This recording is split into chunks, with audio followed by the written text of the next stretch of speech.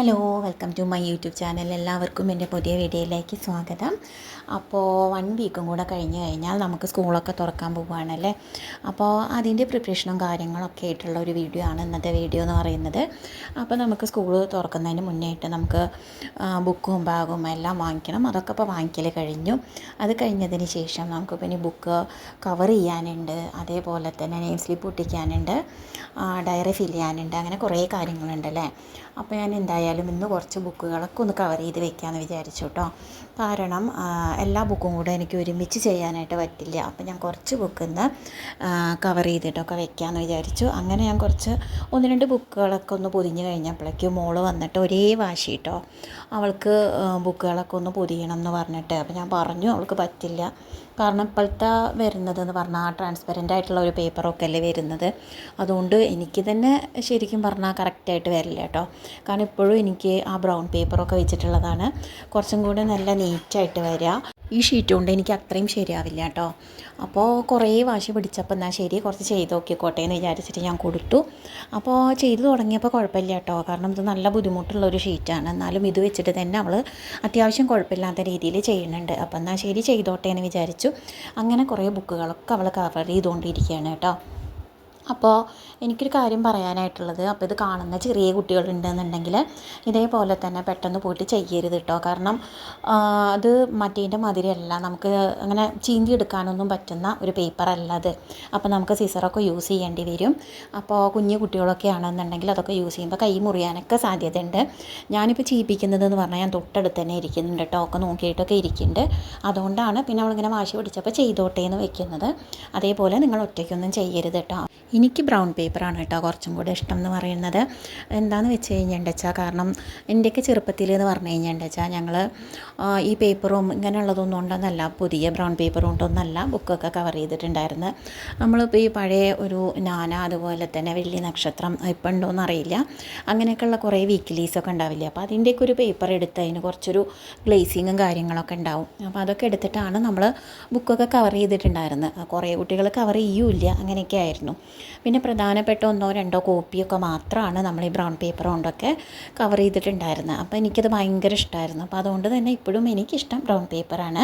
പക്ഷേ ഇപ്പോൾ എല്ലാവരും ഇങ്ങനത്തെ ട്രാൻസ്പെറൻ്റ് ആയിട്ടുള്ള ഈ ഒരു പേപ്പർ കൊണ്ടാണ് കവർ ചെയ്യുന്നത്. ഇതാണ് പക്ഷേ കുറച്ചും കൂടെ നല്ലത് എന്ന് പറയുന്നത്. കാരണം വാട്ടർ പ്രൂഫ് അല്ലേ, കുറച്ചും കൂടെ നനയൊക്കെ ചെയ്ത് കഴിഞ്ഞാൽ വലിയ പ്രശ്നമില്ല.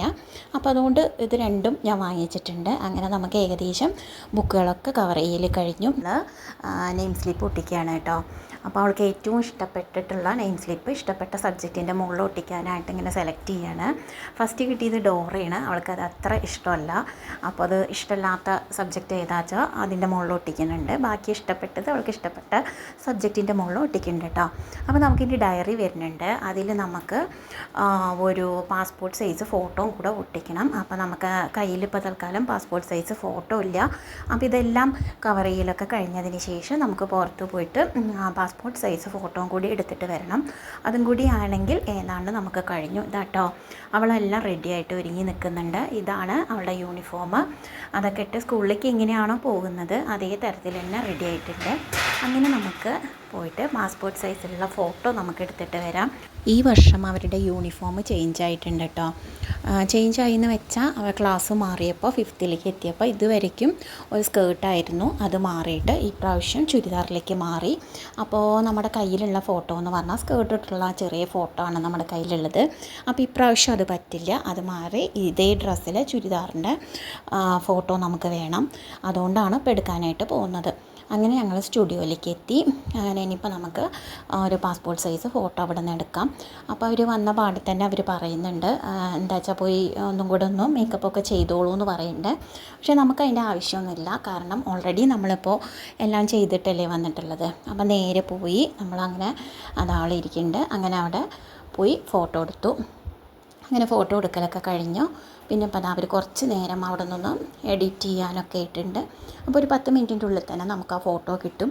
കാരണം നമ്മളിപ്പോൾ തന്നെ എടുത്ത് വെക്കുന്നത് എന്താണെന്ന് വെച്ച് കഴിഞ്ഞാൽ പെട്ടെന്ന് സ്കൂൾ തുറന്നതും തന്നെ നാളെ തന്നെ പോയി ഫോട്ടോ എടുത്ത് കൊണ്ടുവരണം എന്നൊക്കെ പറയുമ്പോൾ നമുക്ക് പെട്ടെന്ന് ചിലപ്പോൾ അത് അപ്പോൾ ഒരു ബുദ്ധിമുട്ടായിരിക്കും. ഇപ്പോഴാകുമ്പോൾ അധികം തിരക്കില്ല, കുറച്ച് നമ്മൾ ഫ്രീ ആയിട്ട് ഇരിക്കുന്നുണ്ട്. അപ്പോൾ നമ്മളിപ്പോൾ എടുത്ത് വെച്ച് കഴിഞ്ഞിട്ടുണ്ടെന്ന് വെച്ചാൽ വലിയ ആ ഒരു കാര്യം കഴിഞ്ഞില്ല. അങ്ങനെ നമ്മൾ ഫോട്ടോ എടുക്കൽ കഴിഞ്ഞു. അതിന് ശേഷം അവൾക്ക് കുറച്ച് ഐസ്ക്രീമും കാര്യങ്ങളൊക്കെ വേണമെന്ന് പറഞ്ഞു അതൊക്കെ വാങ്ങിച്ചു. പിന്നെ എന്താട്ടോ വഴിക്ക് കുറച്ച് ഫ്രൂട്ട്സ് കണ്ടു. അപ്പോൾ നമ്മളത് വാങ്ങിക്കാനായിട്ട് പോയിരിക്കുകയാണ്. അപ്പോൾ അതുകൂടെ വാങ്ങിച്ചതിന് ശേഷം നമുക്ക് നേരെ വീട്ടിലേക്ക് പോവാം. കാരണം ഇനി യൂണിഫോമൊക്കെ ഇട്ട് ഇറങ്ങിയ കാരണം ഇനി മറ്റെങ്ങോട്ടും പോകുന്നില്ല. അപ്പോൾ ഇന്നത്തെ വീഡിയോ ഇത്രയൊക്കെ ഉള്ളൂ. അപ്പോൾ എല്ലാവർക്കും ഇഷ്ടമായെങ്കിൽ ഒന്ന് സബ്സ്ക്രൈബ് ചെയ്യുക, അതേപോലെ തന്നെ ലൈക്ക് ചെയ്യുക. അപ്പോൾ മറ്റൊരു വീഡിയോ ആയിട്ട് നമുക്ക് വീണ്ടും കാണാം. Okay, bye.